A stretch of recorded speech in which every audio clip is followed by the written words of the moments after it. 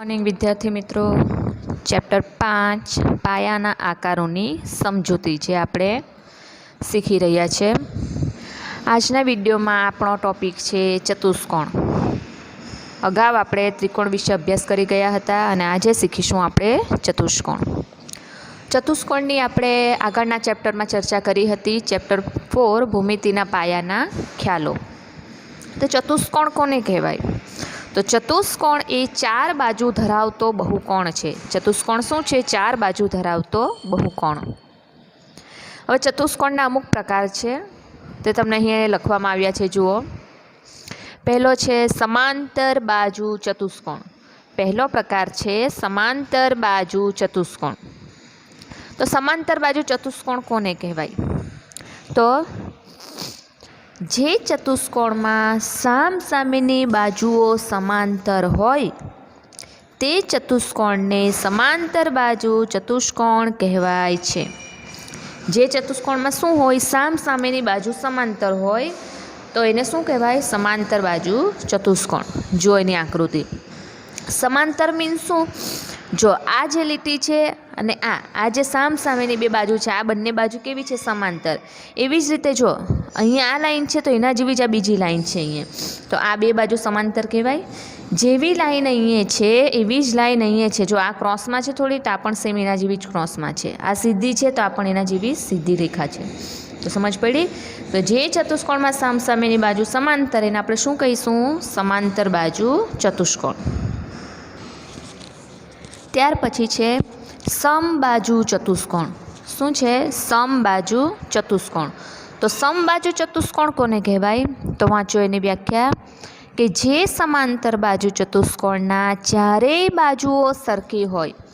जे समांतर बाजू चतुष्कोणनी चारेय बाजुओ केवी होय? सरखी होय, तो ते चतुष्कोणने आपणे शुं कहीशुं? समबाजू चतुष्कोण। आकृतिमां जुओ,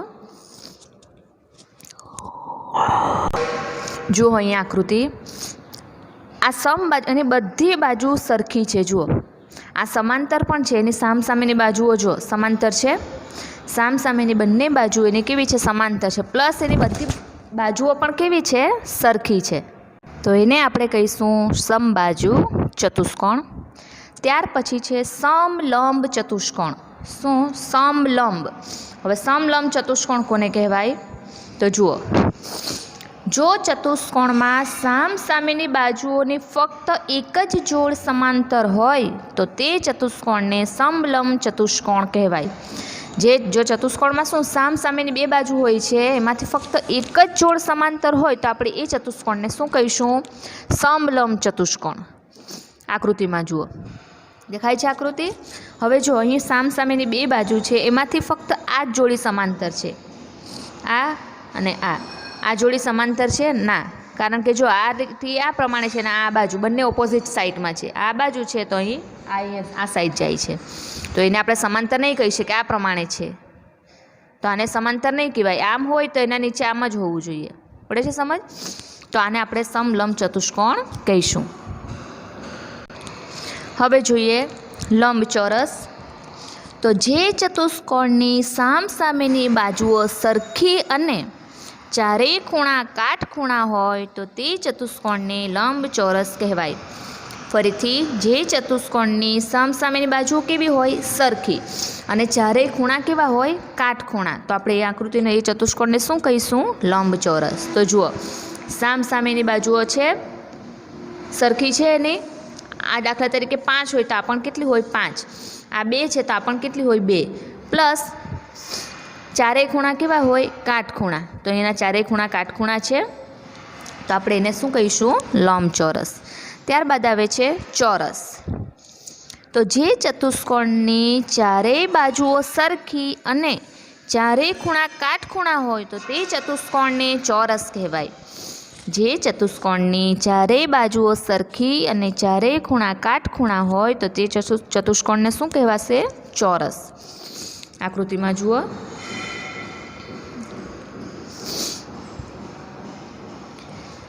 जुओ चारे बाजू सरखी है ने प्लस चारे खूणा केवा छे? काटखूणा। अहीं चारे खूणा काटखूणा छे तो आपणे एने शुं कहीशुं? चोरस। યાદ રાખજો, ચારેય બાજુ સરખી અને ચારેય ખૂણા કાટખૂણા તો ચોરસ, અને સામસામેની બાજુ સરખી અને ચારેય ખૂણા કાટખૂણા તો શું કહેવાશે? લંબચોરસ. સમજ પડી ને? તો હવે આપણે જોઈશું સ્વાધ્યાય 5.7. દરેક જણ તમારી બુકમાં જોશે અથવા તો અહીં લખેલું જ છે. 5.7 એમાં જોવાનું છે તમારે પ્રશ્ન નંબર 1. ખરા છે કે ખોટા એ કહેવાનું છે તમારે. તો જોઈએ, લંબચોરસનો દરેક ખૂણો એ કાટખૂણો છે. અત્યારે જ આપણે જોયું કે લંબચોરસના દરેક ખૂણા કેવા હોય? કાટખૂણા. તો આ વિધાન કેવું છે? સાચું છે. તો આપણે શું કરી દઈશું? ખરું. શું કરી દઈશું? ખરું, અથવા એમ ખરું એમ લખી પણ શકો છો તમે. નેક્સ્ટ, લંબચોરસની સામસામેની બાજુઓની લંબાઈ સરખી છે. લંબચોરસની સામસામેની બાજુઓની લંબાઈ, તો આકૃતિમાં જો શું લંબચોરસની વ્યાખ્યા હતી એમાં શું જોયું આપણે? કે લંબચોરસમાં સામસામેની બધી બાજુઓ કેવી હોય? સરખી, અને બધા ખૂણા કાટખૂણા. તો આ સામસામેની બાજુઓની લંબાઈ સરખી છે એમ કીધું છે. તો સાચું આવશે કે ખોટું? સાચું. ત્યાર પછી, ચોરસના વિકર્ણો એકબીજાને લંબ હોય છે. હવે વિકર્ણો વિશે આપણે અગાઉ ચર્ચા કરી ગયા હતા. વિકર્ણો કોને કહેવાય? કે સામસામેના શિરોબિંદુઓને જોડતા રેખાખંડને શું કહેવાશે? વિકર્ણ. તો વિકર્ણ આપણે શીખી ગયા હતા કે વિકર્ણ એ પરસ્પર ક્યાં? કાટખૂણે છેદે. તો વિકર્ણ એકબીજાને કેવા હોય છે? લંબ હોય છે. બંને કાટખૂણે છેદે છે, એટલે આપણે કહી શકીએ કે વિકર્ણ એકબીજાને કેવા છે? લંબ છે. આ વસ્તુ ખાસ ધ્યાનમાં રાખજો. એટલે આ વિધાન કેવું છે? સાચું છે. નેક્સ્ટ, સમબાજુ ચતુષ્કોણની બધી જ બાજુઓની લંબાઈ સરખી હોય છે. સમબાજુ એટલે કે સરખી બાજુ. તો જે ચતુષ્કોણની બધી બાજુઓ સરખી હોય ને આપણે શું કહીએ? સમબાજુ ચતુષ્કોણ. તો આ વિધાન કેવું છે? સાચું છે.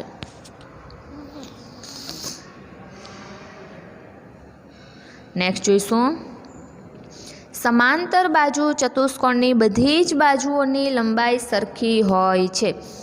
સમાંતર બાજુ ચતુષ્કોણની બધી જ બાજુઓની લંબાઈ સરખી હોય છે. આ વિધાન સાચું કે ખોટું? અત્યારે આપણે થિયરી જોઈએ એમાં પહેલો જ ચતુષ્કોણ કયો જોયો? સમાંતર બાજુ ચતુષ્કોણ. તો આપણે એમાં શું જોયું? સમાંતર બાજુ ચતુષ્કોણ કોને કહેવાય? કે જે ચતુષ્કોણની સામસામેની બાજુઓની લંબાઈ સરખી હોય, તો અથવા સામસામેની બાજુઓ કેવી હોય? સમાંતર હોય. તો એ ચતુષ્કોણને આપણે શું કહીએ? સમાંતર બાજુ ચતુષ્કોણ. તો સમાંતર બાજુ ચતુષ્કોણની કઈ જોડ સરખી હોય છે? સામસામેની બાજુઓની. અહીંયા બધી બાજુઓની એમ નહીં આવશે. શું આવે? સામસામેની બાજુઓની. એટલે આ વિધાન કેવું છે? ખોટું છે. નેક્સ્ટ, સમલંબ ચતુષ્કોણની સામસામેની બાજુઓ સમાંતર હોય છે. સમલંબ ચતુષ્કોણ, ત્રીજી વ્યાખ્યા જોઈ હતી આપણે કે સમલંબ ચતુષ્કોણ કોને કહેવાય? સમલંબ ચતુષ્કોણ કે જે ચતુષ્કોણની સામસામેની બાજુઓની ફક્ત એક જ જોડ સમાંતર હોય, તો તે ચતુષ્કોણને આપણે શું કહીએ છીએ? સમલંબ ચતુષ્કોણ. તો સમલંબ ચતુષ્કોણમાં શું હોય? કે સામસામેની બાજુની ફક્ત એક જ જોડ એમાં સમાંતર હોય છે. જ્યારે આમાં શું કીધું છે? સામસામેની બાજુઓ સમાંતર હોય છે, એટલે કે બધી બાજુઓ કહે છે આ લોકો. તો આ વિધાન કેવું છે? ખોટું છે. તો દરેકને આમાં સમજ પડી? તો હવે આપણે જોઈશું બહુકોણ. બહુકોણની પણ આપણે ચેપ્ટર 4માં સમજૂતી મેળવી ગયા હતા કે બહુકોણ કોને કહેવાય? તો રેખાખંડોથી બનતી બંધાકૃતિને શું કહેવાશે? બહુકોણ. યાદ રાખજો, રેખાખંડોથી બનતી બંધાકૃતિને બહુકોણ કહેવાય. ટોટલી જે આકૃતિ આપણે ડ્રો કરીએ છીએ એ ટોટલી શેનાથી બનેલી હોવી જોઈએ? રેખાખંડોથી. ઓકે, અને તે પણ કેવી? પાછી બંધ. દાખલા તરીકે ઉપર જો ચોરસ મેં દોર્યું છે, આ ચોરસમાં આપણે બધા રેખાખંડો વાપર્યા છે, એટલે રેખાખંડો વડે આપણે બનાવી છે, પ્લસ એ બધી બાજુથી કેવી છે? બંધ છે. તો આપણે એને બહુકોણ કહી શકીએ. એટલે રેખાખંડોથી બનેલી હોય એટલે જરૂર નથી કે બહુકોણ જ હોય, એ પાછી બંધ હશે તો જ એને આપણે બહુકોણ કહી શકીએ. સમજ પડી? હવે જોઈએ આપણે બહુકોણ કયા કયા પ્રકારના. તો જેની 3 બાજુઓ હોય, એટલે કે 3 બાજુઓ ધરાવતા બહુકોણને ત્રિકોણ કહેવાય. 3 બાજુઓ ધરાવતા બહુકોણને શું કહેવાશે? ત્રિકોણ. નેક્સ્ટ, ચાર બાજુઓ ધરાવતા બહુકોણને ચતુષ્કોણ કહેવાય. ચાર બાજુઓ ધરાવતા બહુકોણને શું કહેવાશે? ચતુષ્કોણ. એવી જ રીતે 5 બાજુઓ ધરાવતા બહુકોણને પંચકોણ કહેવાય. 5 બાજુઓ જે ધરાવે એ બહુકોણને શું કહીશું? પંચકોણ. 6 બાજુઓ ધરાવતા બહુકોણને ષટકોણ કહેવાય. જેની 6 બાજુ હોય એને આપણે શું કહીશું? ષટકોણ. અને એવી જ રીતે 8 બાજુઓ ધરાવતા બહુકોણને શું કહેવાશે? અષ્ટકોણ. 8 બાજુઓ ધરાવતા બહુકોણને અષ્ટકોણ કહેવાય. ત્યાર પછી જે બહુકોણની બધી બાજુઓ સરખી હોય તે બહુકોણને નિયમિત બહુકોણ કહેવાય. આપણે જે બહુકોણની બધી બાજુઓ સરખી હશે ને તો આપણે એને શું કહીશું? નિયમિત બહુકોણ. દાખલા તરીકે પંચકોણ આપ્યો છે, પંચકોણની બધી બાજુ સરખી છે તો આપણે એને શું કહીશું? નિયમિત પંચકોણ. ષટકોણ, તો ષટકોણની બધી બાજુ જો સરખી હોય તો આપણે એને કહીશું નિયમિત ષટકોણ. એવી રીતે અષ્ટકોણ, અષ્ટકોણની બધી બાજુ સરખી હશે તો આપણે એને કહીશું નિયમિત અષ્ટકોણ. સમજ પડે છે? ઓકે, તો હવે આપણે જોઈશું સ્વાધ્યાય 5.8. તો પ્રશ્ન નંબર 1, તપાસો કે નીચેનામાંથી કયા બહુકોણ છે તેમાંનો કોઈ ન હોય તો કહો કે તે શા માટે નથી. તમારે જે આકૃતિ આપી છે એમાં તમારે જોવાનું કે બહુકોણ છે કે નહીં. જો બહુકોણ હોય તો લખી દેવાનું હા બહુકોણ છે, અને જો બહુકોણ નથી તો કેમ નથી એનું તમારે કારણ લખવાનું છે. તો જોઈએ પહેલી આકૃતિ. પહેલી આકૃતિ જો દેખાય છે તમને? પહેલી આકૃતિ ટોટલી શેનાથી બની છે? રેખાખંડોથી બની છે. પરંતુ એ આકૃતિ જુઓ કેવી છે? બંધ છે આકૃતિ. એ આકૃતિ બંધ નથી, ખુલ્લી છે. જો અહીંયાથી ખુલ્લી છે ને, અહીંયાથી ખુલ્લી છે, આટલેથી ખુલ્લી છે. તો ભલે રેખાખંડોથી બનેલી હોય પણ તે બંધ આકૃતિ નથી, એટલે બહુકોણ નથી. તો આપણે લખી દઈશું શું કે ના તે બહુકોણ નથી. ના તે બહુકોણ નથી કારણ કે તે ખુલ્લી આકૃતિ છે. નેક્સ્ટ જોઈશું.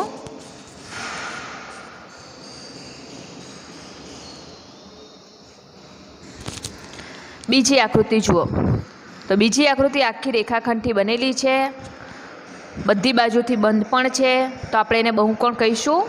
તો લખી દેવાનું અહીં કે હા તે બહુકોણ છે. કેમ બહુકોણ છે તો ખબર પડી ગઈ ને? ટોટલી રેખાખંડથી બની છે અને બધી બાજુથી એ બંધ છે, એટલે આપણે શું કહીશું? એ બહુકોણ છે. ત્યાર પછી આપવામાં આવ્યું છે વર્તુળ. તો વર્તુળને તો આપણે જોઈને જ ખ્યાલ આવી જાય વર્તુળ એ બહુકોણ નથી કારણ કે રેખાખંડોથી બનેલ નથી. તો ના તે બહુકોણ નથી કારણ કે તે રેખાખંડોથી બનેલી નથી. નેક્સ્ટ જોઈશું. શંકુ આકાર જો દેખાય છે તો એને આપણે બહુકોણ કહી શકીએ કે નહીં? ધ્યાનથી જુઓ. આને આપણે બહુકોણ કહી શકીએ નહીં કારણ કે જો આ બે રેખાખંડ છે પણ નીચે જે આ ભાગ આપ્યો છે રેખાખંડનો બનેલો છે? ના, એ વળાંકવાળો ભાગ છે, એટલે આને વક્ર કહી શકાય. આ એક વક્ર છે એટલે આ બહુકોણ નથી. તો લખી દઈશું કે ના તે બહુકોણ નથી. ના તે બહુકોણ નથી કારણ કે તેમાં એક વક્ર છે. પડી સમજ? તો આ રીતે હવે તમને બહુકોણ ઓળખતા આવડે અને જે થિયરી લખી તો એના પરથી બહુકોણના નામ પણ આવડે તમને. તો તમારે પ્રશ્ન નંબર 2 દરેક બહુકોણનું નામ લખો અને દરેકના વધુ 2 ઉદાહરણો આપો એમ કહ્યું છે તમને. તો તમારે શું એમાં જે બહુકોણનું નામ લખવાનું છે પ્લસ એના વધારાના તમારે 2 એક્ઝામ્પલ આપવાના છે. એડી સમજ? પહેલી આકૃતિ ચતુષ્કોણની છે એટલે તમારે બીજા 2 ચતુષ્કોણ એમાં દોરવાના છે, અને બીજી આકૃતિ છે ત્રિકોણની તો તમારે 2 બીજા અલગ અલગ પ્રકારના 2 ત્રિકોણ દોરવાના છે. સમજ પડી? તો એ તમારે હોમવર્કમાં કરવાનું છે. તમારી નોટબુકમાં નોંધ કરી દેજો અથવા તો તમારી બુકમાં ટીક માર્ક કરી દેજો. ક્વેશ્ચન નંબર 2 હોમવર્કમાં કરવો પડે છે. સમજ? હવે જોઈશું આપણે થોડાક આકારો. તો જુઓ એને થિયરી.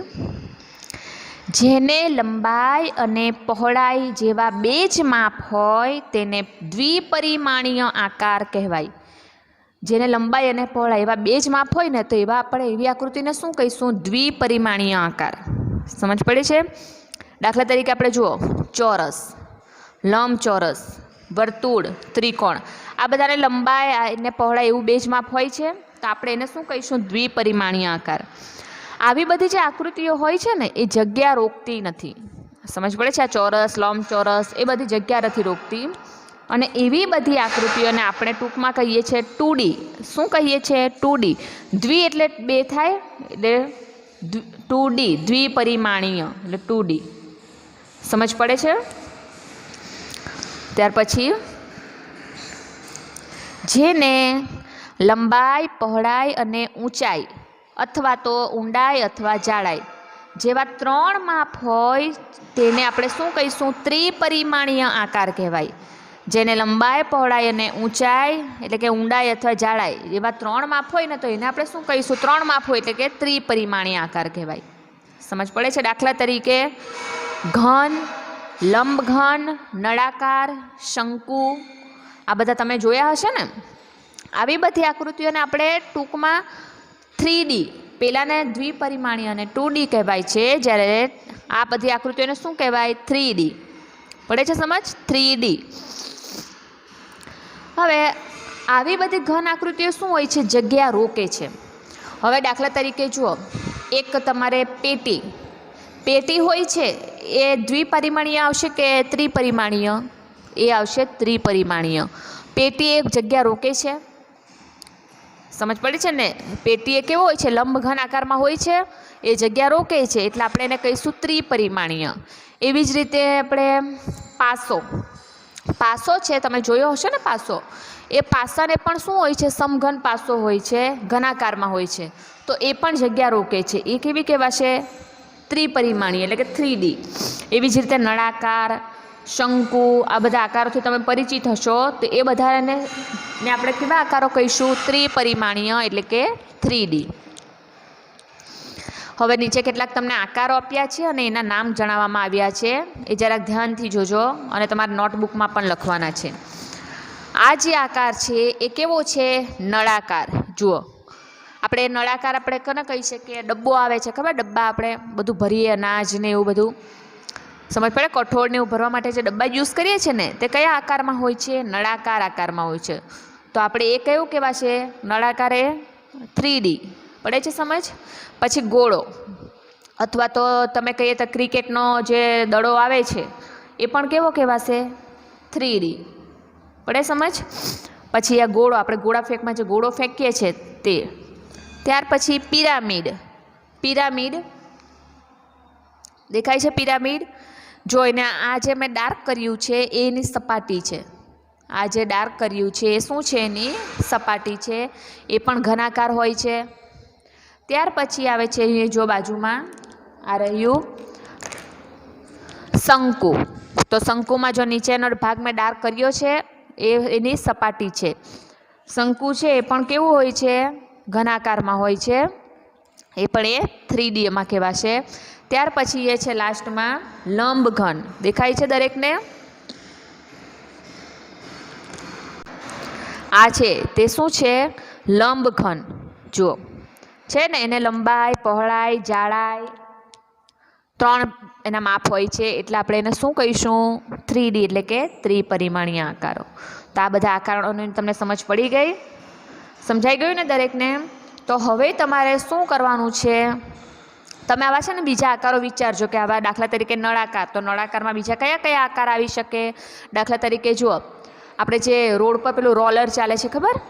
રોલર રોડ બનાવે છે ત્યારે તો એ રોલર હોય છે એ શેમાં આવશે? નળાકારમાં આવશે. પડે છે ને સમજ?